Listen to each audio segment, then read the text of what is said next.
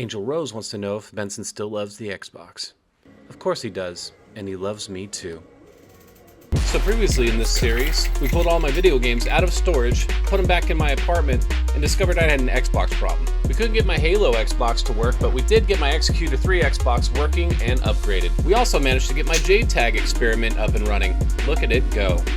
Oh yeah, Benson doesn't like the original Xbox startup logo. He just refuses to acknowledge it as an Xbox. For the next phase of this project, I was hoping to get that Halo Xbox running, but it needs a D0 rebuild, and it's just a little bit too much work for me at my current skill level, so I had to move on.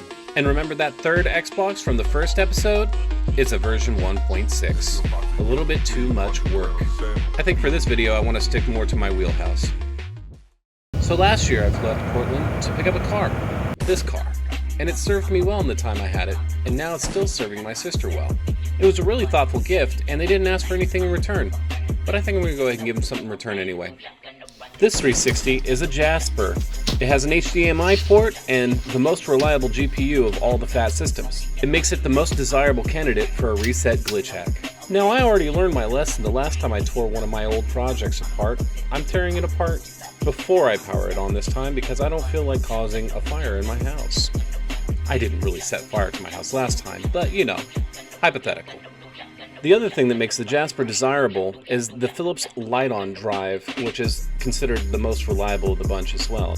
Now I pull it apart the rest of the way to make sure the thermal paste is good as well. I'm pretty sure that I did the thermal paste on this last time I opened it up, but it's always good to check your work. Brand new thermal paste.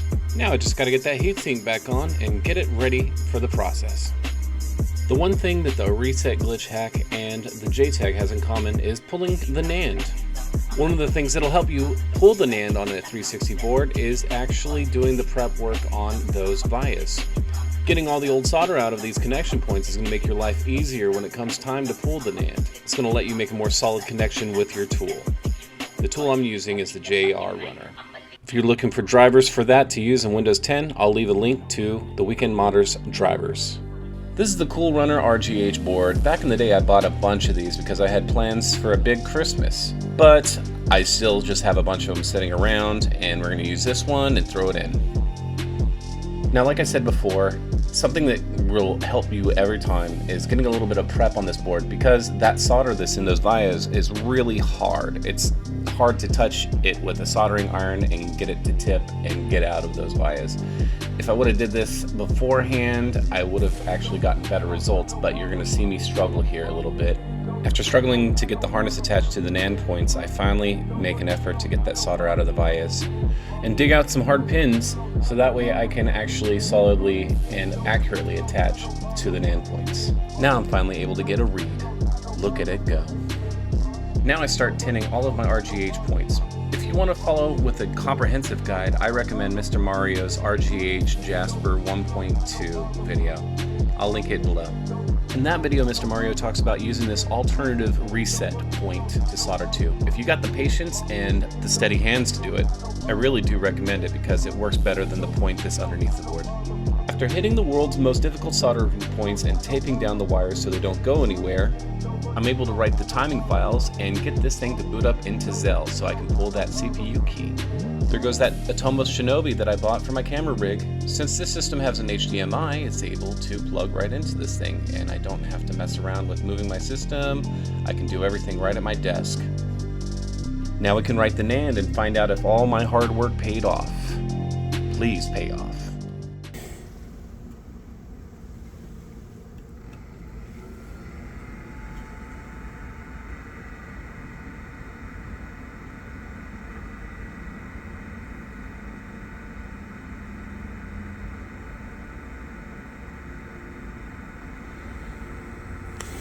Mission success!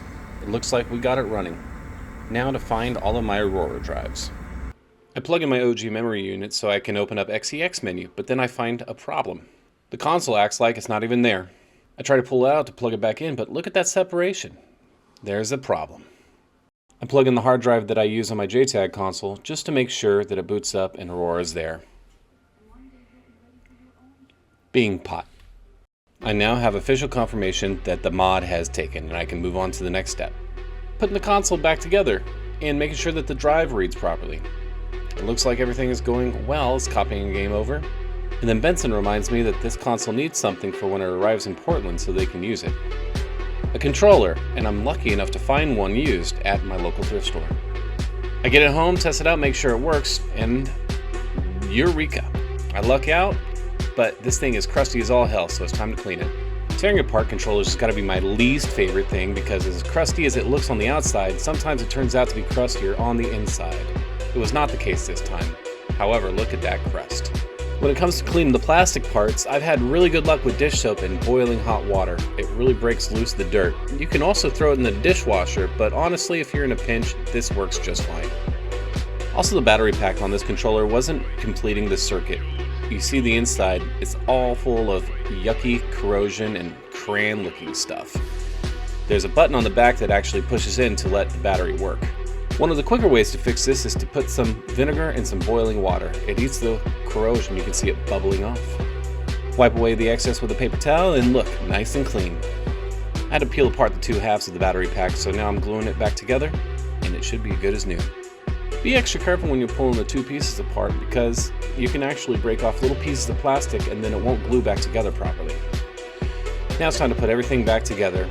This controller was actually really gross. It left the water really yellow and it was too gross for me to even show. I didn't want to gross you out. And look, it works.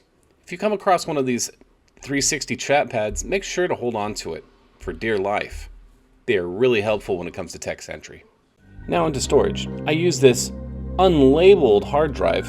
It's a 1 terabyte. For an Xbox 360 you can now go to 2 terabytes, but I don't have that.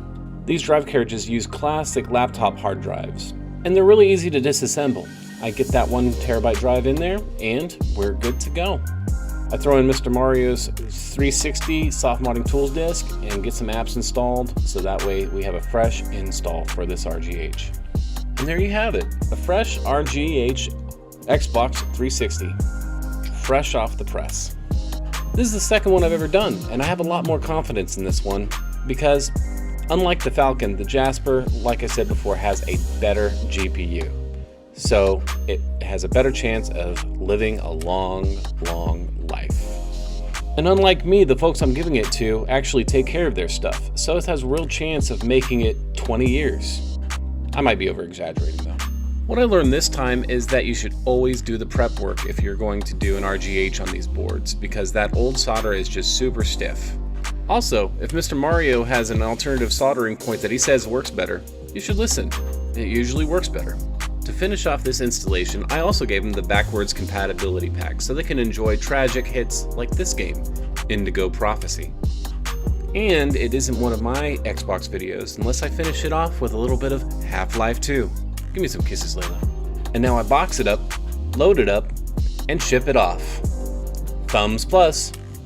So tune in next time, when either we get back to looking at those NES cartridges, or we finally pull out the e-bike again. See you next time.